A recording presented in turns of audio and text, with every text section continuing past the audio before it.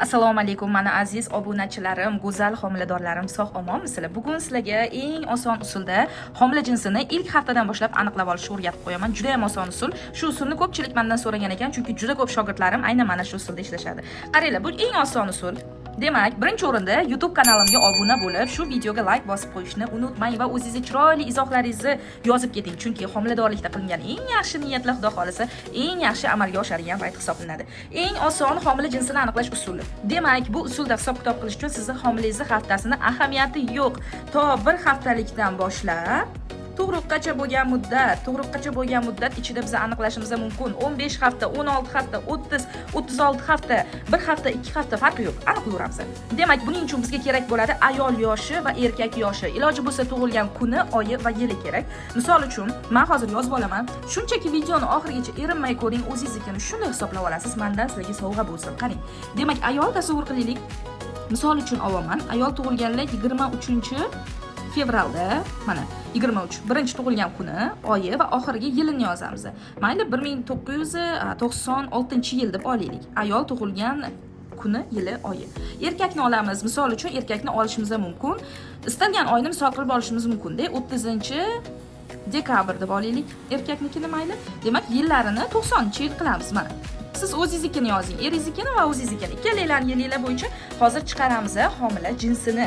Demak, qaranglar, juda ham ko'plab kalendarlar, boshqa narsalar mavjud. Men murakkab o'zim metodikam bilan ishlayman. Diqqat bilan mana shu joyda qaranglar. Menga ko'pchilik o'zgartishadimi deb so'raydi. Menga Telegramdan juda ko'p mijozlarim yozadi homila jinsini aniqlash uchun. Murakkab metodika, qaranglar mana. Boshqalarga ham hisoblatdim. 11-12 haftada o'zi ham qiz degan. Mashalloh deb yozyapman.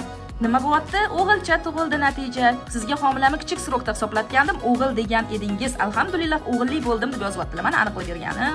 Mana yozishmalarimizni har bitta mijozlarim bilan yozishmalarimizda turadi. Bunaqa natijalar son sanoqsiz. Mana bularda ham aniqlab berganman. Qaranglar, necha haftaliklarda kelishadi mijozlarim. Aniqlab eng kichkina haftalardanoq kelishadi. To tug'ruqgacha bo'ladi, o'g'il chiqqan bo'ladi ham natija yozyaptilar. Assalomu alaykum. O'ziga tushdim, o'g'il deyishdi. Katta rahmat opajon deb xursand bo'lib yozyaptilar bu mijozimni. Juda ham ko'p bunaqa holatga uchraydi. Mana bu mijozimda esa aniqlaganimizda qiz chiqibdi. Bu mijozimniki qiz chiqqan. Mana bu yozganlarni o'qisanglar bo'ladi. Assalomu alaykum, opa sizda homilami hisoblatgandim, qiz degandingiz. O'zingizlar o'g'il deyapti. Bitta qarang yana deb yozyaptilar. Deb o'zingizda o'g'il ko'rinishi endi bu mutaxassisam ko'rgan narsasini aytadi. Kichkintoylar ba'zan yashirib oladi. Joylashi murakkab, homila jinsini ko'rish ham oson ish emas o'zingizda. Va oxirida nima deyaptilar? Assalomu alaykum. Men sizga homilam jinsini hisoblatdim. Qiz chiqdi, o'zingizlar tug'gunimcha o'g'il dedi. 10-noyabr kuni qizaloqli bo'ldim. 3 ta qizim bo'ldi. Rahmat deb yozyaptilar. Vot mana shuning uchun mana natijalar to'lib yotibdi. Bular hammasi jins aniqlash. Agar murakkab usulda jins aniqlashdan kelgan natijalar bular faqat. Men ochsam har bitta chatim mana shu joydagi natijalar. Men hali hammasini joylab ulgurmayman. Agar murakkab hisob-kitob kerak menga 10 talik, 20 talik jamlanmalar qilib tashlaganman, narxini skidka qilib qo'yganman. Telegram orqali bog'lanib hisoblatishingiz mumkin. Demak, mana bu bizani qiziq bo'lgan oddiy usulimizga qaytamiz. Demak, erkakni va ayolni yillarini oldik. Qaranglar, birinchi bo'lib qiladigan ishimiz biz ayolni yoshini chiqarib olishimiz kerak. 2026-yilda bu ayol aytaylik 2026-yil aprelda homilador bo'ldi deb olaylik.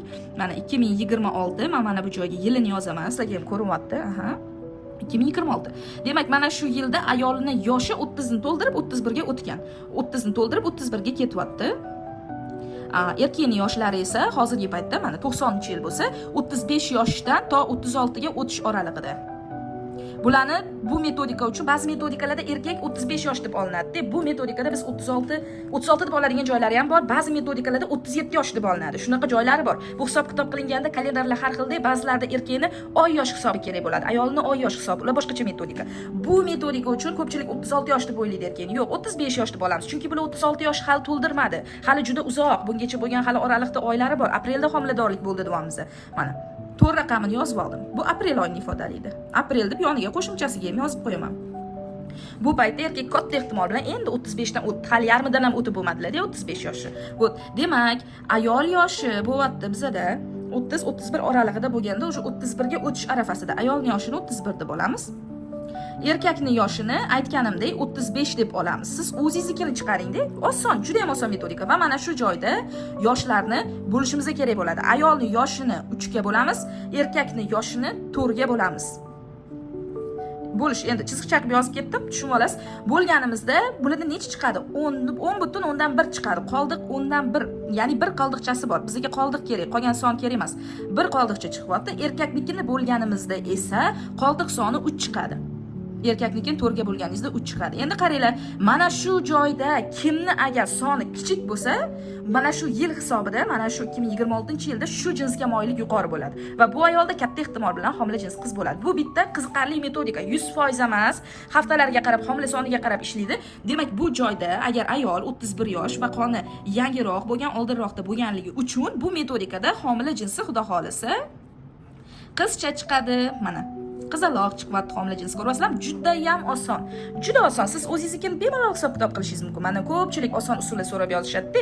Demak, bularda homila jinsi qiz chiqyapti. Agarda mana shu yillarda homiladorlik yuz bersa, bularda endi o'g'il oylari ham bo'ladi, lekin nisbatan kamroq deb bunaqa paytlarda. Yana ham ko'rish kerak. Endi 80 ga yaqin metodika bor. Menda esa Telegram orqali boyaga ko'rgan natijalaringizni qanaqa qilib chiqaraman. U yoqda 10 talik jamlanma bor. 10 ta metodika va 20 talik jamlanma bor. 20 talik metodika. Bu nima degani? Bu siz borib 10 ta mutaxassisga hisoblatadigan narsangizni men jamlab qo'yganman. Borib 20 ta mutaxassisga hisoblatadigan narsangizni men jamlab qo'yganman. Mana shu metodikalar mavjud va narxlari hozirgi paytda chegirmada.